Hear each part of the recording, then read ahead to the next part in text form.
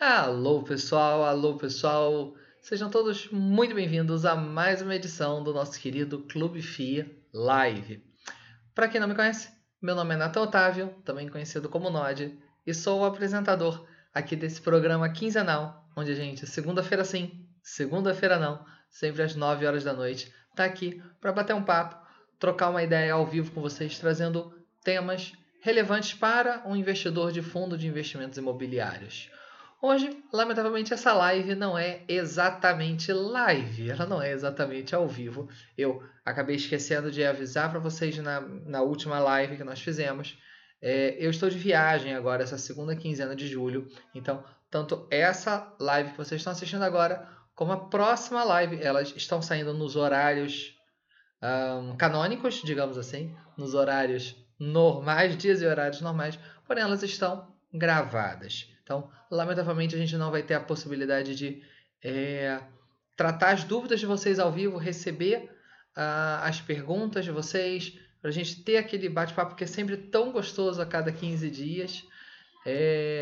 Mas, mesmo assim, eu me sinto na obrigação de fazer esse programa, ainda que gravado, como também já precisei fazer uma vez no final do ano passado, se vocês lembram. Agora, essa quinzena também eu vou precisar fazer isso. Então, essas duas lives, elas estão não tão lives assim. E a gente vai tratar hoje do informe anual. Para quem vem acompanhando, há 2 lives atrás nós falamos sobre o informe mensal, que é um informe que é obrigatório que todos os fundos divulguem. Então a gente detalhou um pouquinho os campos de cada um, as informações, prazos, datas, etc. Depois fizemos sobre o informe trimestral, também explorando os campos, pegando alguns exemplos e tudo mais. E hoje a gente, de certa forma, completa essa trilogia com o informe anual, que também é obrigatório, tal como os outros dois. Então a gente vai detalhar um pouquinho, puxar alguns exemplos, trocar uma ideia sobre isso. Obviamente, como a gente não vai ter essa interação, as dúvidas ao vivo, não faria sentido eu fazer uma live de 1 hora. Eu acho que eu consigo economizar o tempo de vocês fazendo uma live um pouco mais compacta. Porque normalmente a explicação em si é mais compacta. A gente acaba utilizando uma parte do tempo exatamente para trocar essa ideia, bater esse papo com vocês, que lamentavelmente não teremos hoje, nem na próxima live. Então, não vai ser uma live com 1 hora de duração, vai ser mais curta. Exatamente porque a gente não vai ter esse bate-papo, do qual eu gosto tanto. Mas já deixo um recado, para quem ainda não está sabendo, dia 21 de agosto a gente vai ter um grande evento sobre fundos imobiliários, que é o Fórum do GRI Club. É um evento de um dia inteiro exclusivamente sobre fundos imobiliários. A expectativa é de ter mais de 1.000 pessoas participando, entrevistados e palestrantes de todos os lados do mercado, então administradores, gestores, jornalistas que cobrem os fundos de investimento imobiliários, analistas com as suas carteiras recomendadas e sua análise do mercado. Então, vou compartilhar aqui minha tela só para vocês verem como localizar. Estando em qualquer página, praticamente, vocês têm o banner aqui do fórum, ou também pode entrar simplesmente em www.clubefi.com.br/congresso. clubefi.com.br/congresso. Então você tem toda a informação desse evento.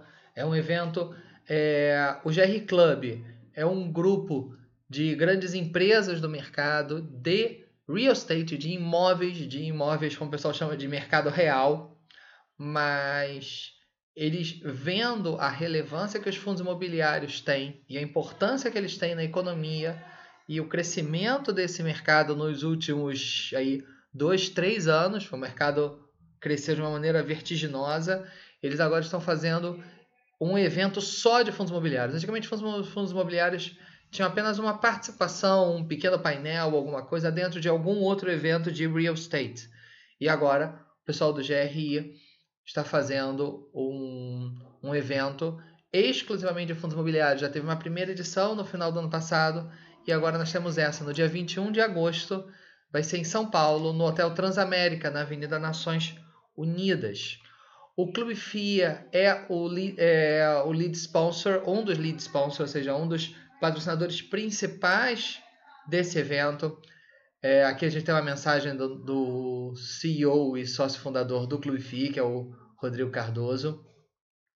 A gente vai ter um painel lá, vai ser apresentado pelo meu grande amigo Arthur Vieira de Moraes, e que vai entrevistar tanto o próprio Rodrigo, como também o João Pádua. Para quem já tem acompanhado, ele tem feito podcasts com entrevistas ao vivo também. Às quinta-feiras sim, quinta-feira não. Ele tem sempre feito esse podcast, um programa muito interessante, vale a pena. Acho que ele já fez mais 7 edições, alguma coisa assim. Talvez 8 quando vocês assistirem essa gravação. É um programa realmente muito interessante. E eles três vão estar compondo um painel do Clube FIA. É um evento fantástico, onde você tem muitas visões de muitos players diferentes. A gente está esperando aí mais de 1.000 participantes. E a gente vai ter muita gente grande no mercado. Então, desde pessoal de research, como o Adeodato da Eleven, o Augusto da CSHG, o Leandro da 20, o Martim da BR Properties, o Regis. Isso aqui só gente que já está confirmada, sem contar outros que ainda estão por confirmar. O Tony Volpon, que é economista-chefe da UBS, e inclusive convidados internacionais como Gene Sullivan. Então, é um evento do dia inteiro, vai desde as 8h30 da manhã até as 6 da tarde.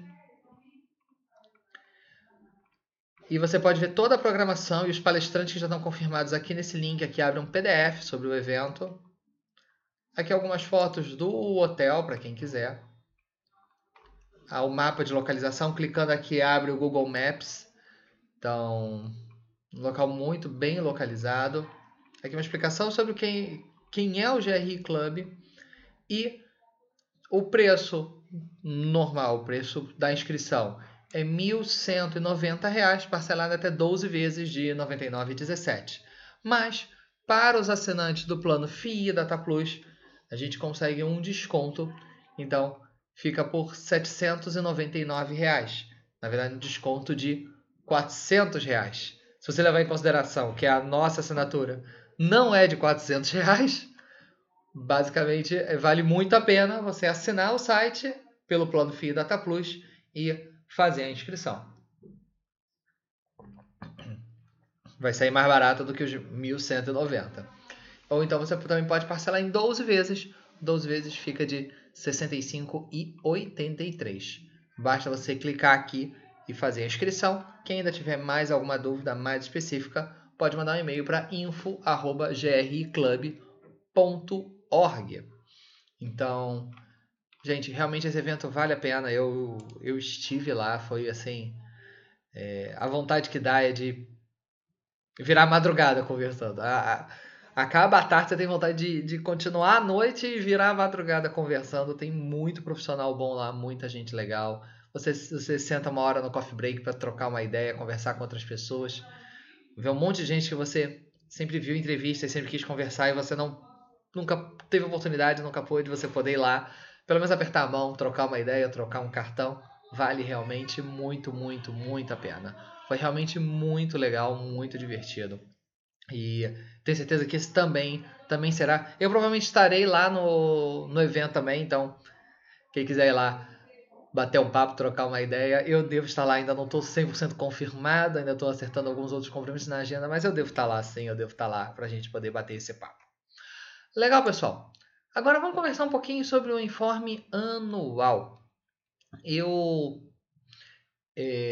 Dessa vez eu não fiz slides, porque eu quero realmente ler mais o documento com vocês, mais do que eu li o informe mensal e o informe trimestral. Então, já quero logo compartilhar minha tela e passear um pouquinho com vocês. Aqui, o que eu vou usar de exemplo? Eu vou pegar um fundo qualquer. No caso, eu vou pegar o FIGS 11, por exemplo. Só. Até respondendo uma dúvida sobre ele que muita gente tem me feito. Por que o pessoal da Red ainda não divulgou o relatório desse fundo, etc. Não divulgou porque pelo menos até quando eu gravei esse vídeo, a Red ainda não tinha assumido a gestão desse fundo, nem a administração.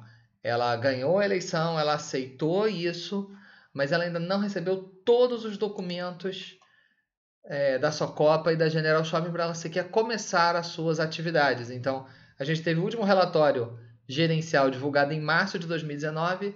Desde então, a Socopa parou de emitir os relatórios e a Red ainda não começou a se emitir porque ela ainda não recebeu toda a documentação sequer para poder iniciar as operações. A Red ainda não iniciou o seu trabalho como efetiva gestora e administradora desse fundo, tá? Então, vim aqui na aba comunicados, aqui a gente tem todos os documentos que o fundo divulga no sistema da Bovespa e da CVM. Aqui a gente já pode ver algumas informações bem rápidas, de uma maneira bastante objetiva. Então, se você quiser ver o último fato relevante que o fundo divulgou, você já vê inclusive a data, para ver se é mais recente ou mais antigo. Você pode visualizar ou pode baixar. Você tem o último relatório gerencial, mesma coisa, você vê a data, pode baixar ou pode só ler. Você tem o último informe mensal estruturado, que é aquele informe mais feioso, né? O relatório é aquele bonitinho em PDF, com várias com cores, com explicações, etc. O informe mensal é aquele um pouco mais duro, né? Um pouco mais formal, um pouco mais contábil, até podemos dizer assim. O informe trimestral também é mais contábil, mais feioso. Lembrando sempre os prazos.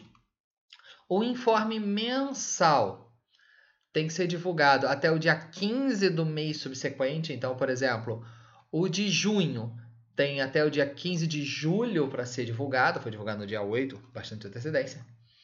O informe trimestral até 45 dias após o encerramento do trimestre. Então, o trimestre encerrou em 31 de março, né? Então, 45 dias depois, 15 de maio, foi quando foi divulgado. Nós estamos em julho. Então cadê o informe com o fechamento do segundo trimestre? 45 dias depois de 30 de junho, 15 de agosto. Então a gente vai ver o informe trimestral do segundo trimestre.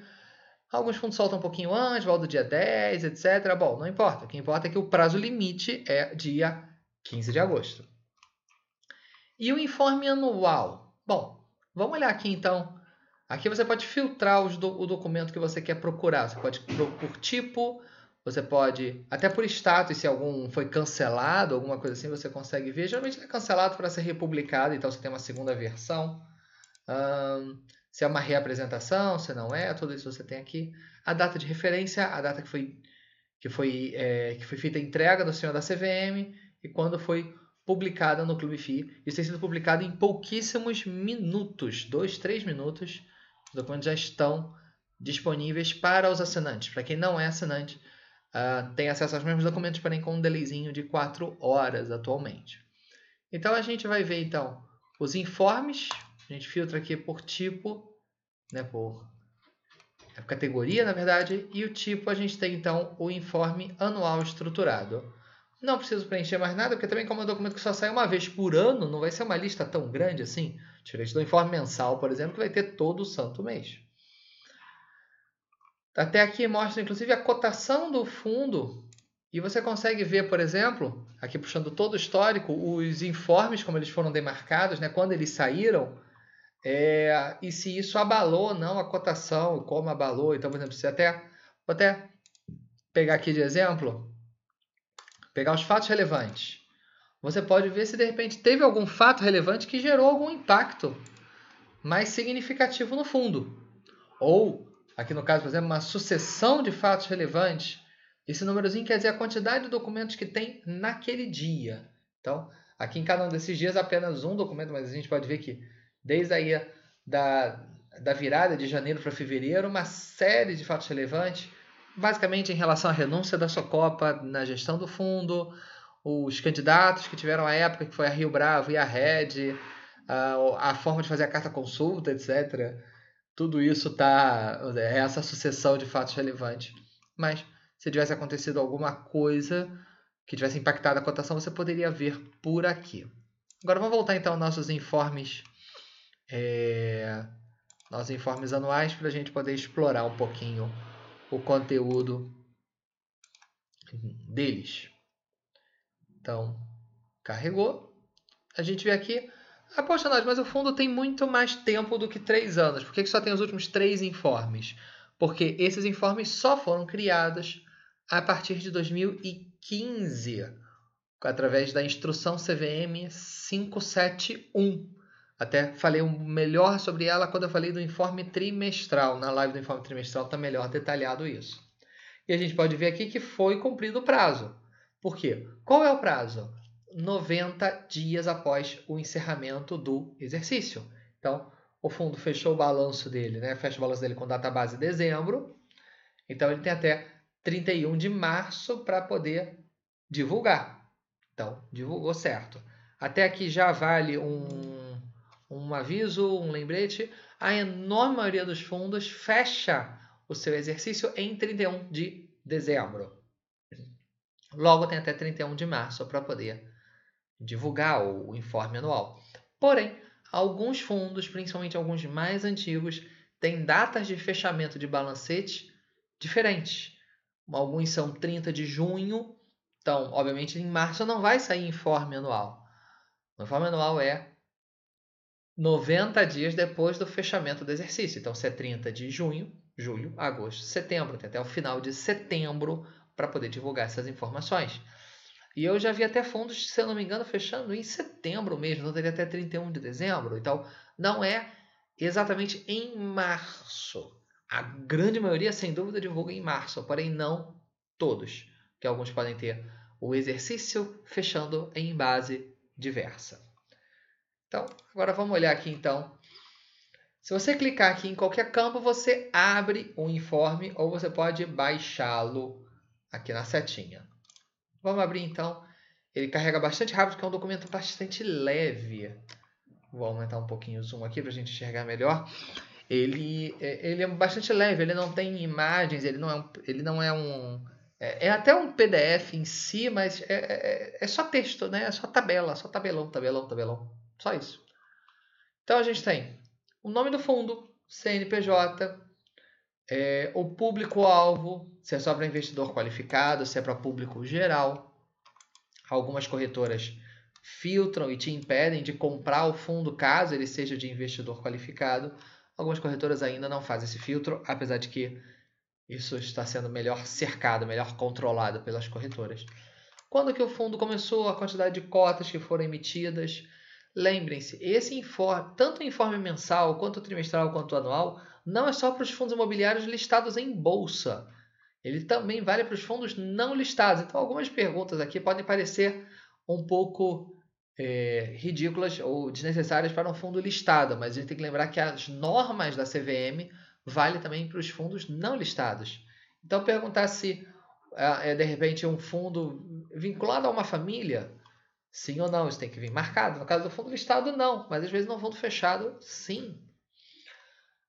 A gente vê o mandato, então, por exemplo, nesse caso, o mandato é renda, ou seja, ele tem imóveis prontos que ele aluga. Ele não vai construir imóveis para alugar, que seria o mandato de desenvolvimento para renda, por exemplo.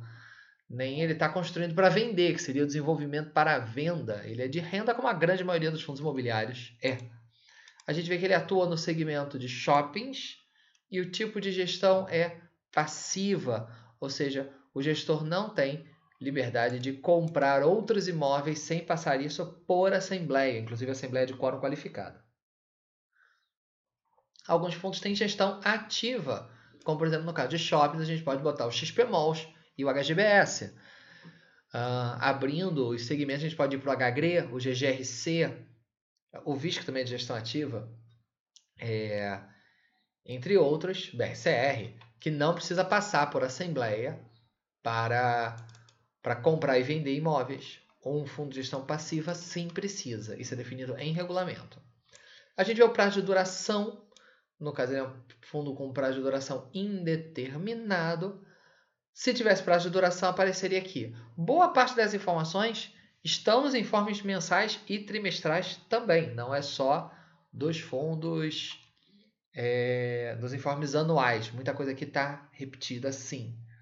O encerramento do exercício, 31 de dezembro, como a gente mencionou. Quem é o administrador, o CNPJ dele endereço, telefone de contato, site e e-mail. Então, se você tem qualquer dúvida sobre o informe, o ideal é não mandar para o gestor, porque não é o gestor que cuida disso. É sim o administrador. Às vezes, o gestor e a gestão e a administração são feitas pela mesma empresa. Então, no caso aí, o gestor e o administrador é a mesma empresa, então normalmente. Mas às vezes até o e-mail é diferente, porque são setores diferentes às vezes. Então você vê os prestadores de serviço, você vê que é o gestor, é o pessoal da Solis, não tem um custodiante, então essa função é acumulada pelo administrador. O auditor, se tem informador de mercado, quem é o distribuidor das cotas, se tem algum tipo de consultor especializado ou alguma empresa que foi contratada para administrar as locações, sempre você tem tudo isso com CNPJ, endereço e telefone de contato. Se tem algum outro tipo de prestador de serviço que foi contratado, também vem detalhado aqui. Se o fundo fez algum investimento ao longo do ano, comprou um novo imóvel, vendeu, ou até que não seja imóvel, pode ser um fundo de fundos ou um fundo de CRI. Isso vem detalhado aqui, principalmente às vezes num fundo de CRI vem um relatório grande aqui sobre todas as compras e vendas que foram feitas no ano, até porque isso aqui é anual, então é um bocado de coisa. No caso do FIX, não tem, porque ele já tinha esses dois imóveis e continua com eles. Programa de investimentos realizados programa de investimentos para os exercícios seguintes. Então, se o fundo tem alguma previsão já de algum tipo de obra grande que vai ser feita, de alguma compra que vai ser feita por algum motivo, ou coisa assim, ele tem que relacionar aqui. Lembrando que, às vezes, alguns fundos podem ser extremamente detalhados na resposta desses campos, outros podem ser bem resumidos. Então, a gente precisa ter isso. Cada administrador vai preencher com um certo grau de detalhamento que ele entende como confortável. A gente tem, então, a análise do administrador sobre o resultado do fundo no exercício encerrado, no exercício findo. Então, geralmente vem quanto desvalorizou, quanto distribuiu ou não distribuiu. Então, você tem um resumo sobre isso. A conjuntura econômica do segmento imobiliário de atuação. Alguns administradores até preenchem esses dois campos aqui com bastante detalhamento. Aqui no caso do FIX está um pouco mais resumido. Então, passadas as eleições, o mercado financeiro ficou mais confiante, mas ainda espera de medidas fiscais mais efetivas do novo governo.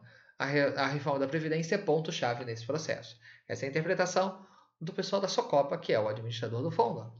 E a perspectiva para o período seguinte, ele coloca: continuamos observando melhoras marginais no índice de confiança do consumidor, porém ainda de forma tímida.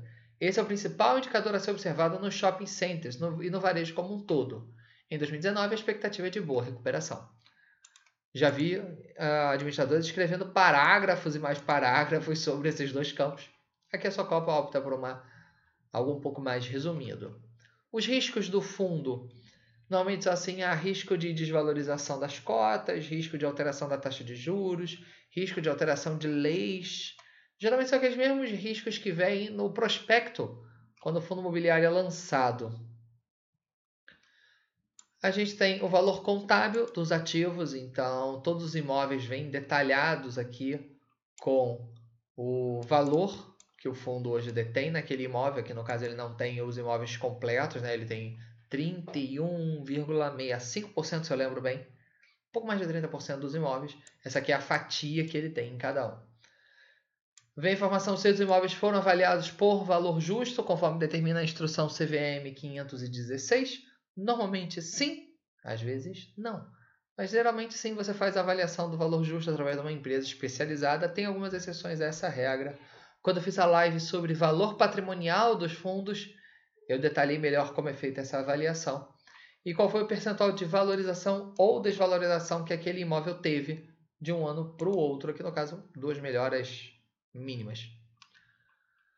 Então a gente vem ver detalhamento sobre critérios utilizados na referida avaliação. Geralmente diz: contratei uma empresa independente e ele que deu esse valor. É mais ou menos isso. Se o fundo tem algum processo judicial, vem a informação desse processo aqui e qual o possível impacto que esse processo pode ter no fundo. Informações sobre as assembleias, então, aonde geralmente ela vai ser realizada. Se você, por exemplo, se um grupo de 5%, se um grupo de cotistas que represente pelo menos 5% das cotas quiser chamar uma assembleia, eles podem, e aqui tem todo o procedimento. Se você quiser votar por procuração, tem todo o procedimento. Então, isso aqui vale para quem quer frequentar ou participar de alguma forma das assembleias. Pode ler aqui. Práticas para a realização de assembleias por meio eletrônico.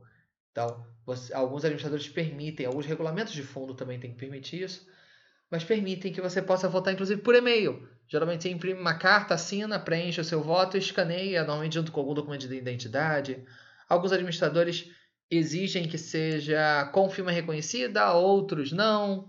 Cada administrador tem uma política de compliance diferente.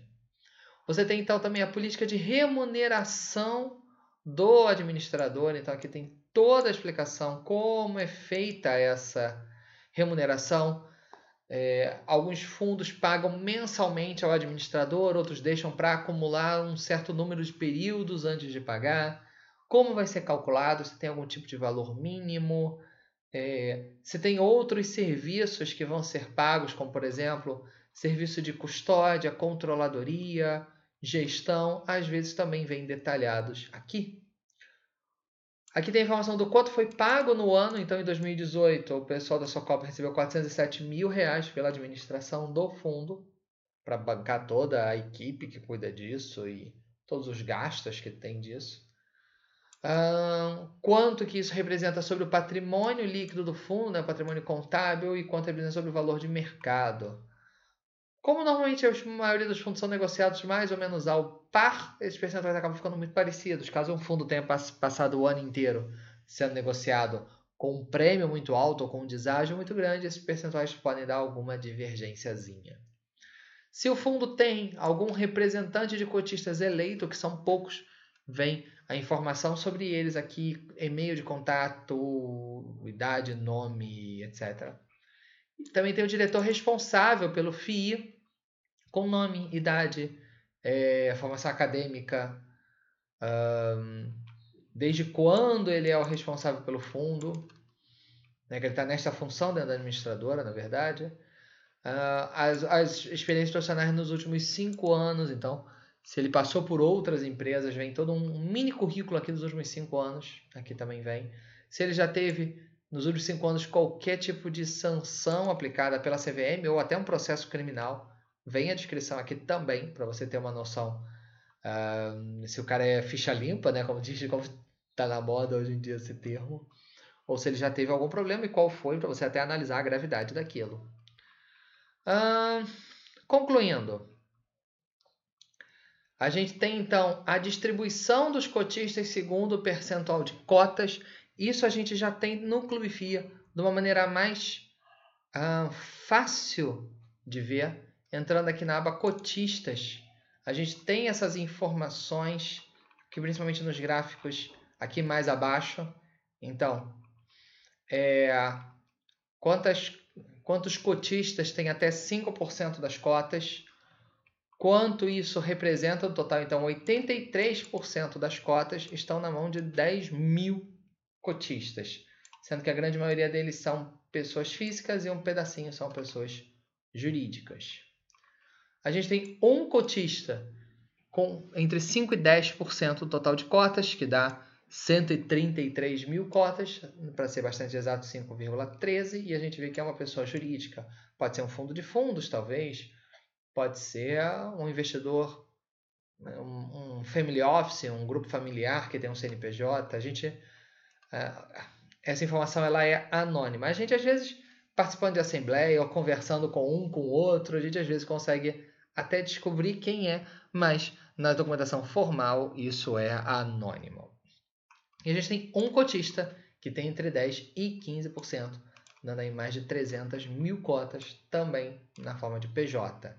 E tem as outras faixas, então, de 15 a 20, de 20 a 30, de 30 a 40, 40 a 50 e até acima de 50% das cotas. O que é Às vezes você tem um cotista com alguma participação mais alta, assim, mas muitos fundos são até bem diversificados. E isso, na verdade, é uma plotagem em gráfico, até para ficar mais confortável de ler, mas é basicamente as mesmas informações daqui. Política de divulgação de informações, basicamente é divulgado no sistema da CVM. Basicamente todos os administradores respondem a mesma coisa. E caso o fundo tenha algum tipo de política específica para ele votar junto às assembleias da qual ele faz parte, por exemplo, um fundo de fundos que vai votar numa assembleia de um fundo que ele investe. Então vamos supor que o BPFF tenha cotas do HGRE e o HGRE chama uma assembleia. O BPFF tem o direito de ir lá e se manifestar e votar. Então, caso o administrador tenha algum tipo de política, algum tipo de organização de como fazer esse voto, como trabalhar esse voto, a gente tem como ver nesse informe. Então, assim, pessoal, é um informe que traz um bocado de informação. Várias já estão até meio repetidas em relação ao informe mensal e trimestral, mas tem coisas novas como ter todos os prestadores de serviço, as perspectivas de futuro do fundo na voz do administrador, você consegue ver ali. Então, se você eventualmente quiser até trocar uma ideia com o gestor do fundo, dar uma ligada, você pelo menos já tem uma noção do que ele está enxergando do mercado. Perdão. E você já consegue ter um termômetro um pouco melhor dele. O que ele está olhando, o que ele está preocupado, o que ele está atento. Claro que normalmente o informe, o relatório gerencial é mais completo.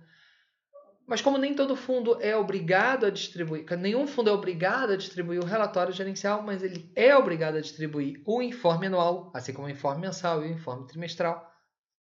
De uma forma ou de outra você arranca essa informação dele.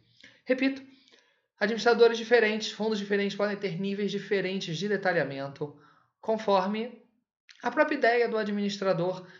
Há sempre uma balança muito complicada de se equilibrar, que é,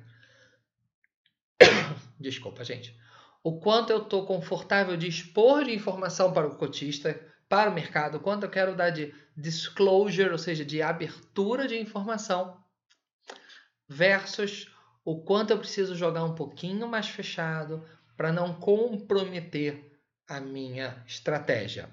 Exemplo, vamos supor um fundo de galpão, vamos pegar o GGRC de exemplo. A gente nunca vai ver o administrador colocando assim a perspectiva de próximos investimentos. Olha, a gente achou um imóvel fantástico em Niterói, no Rio de Janeiro. É bom demais. Olha o endereço. Eu descobri que ele está vendendo baratinho.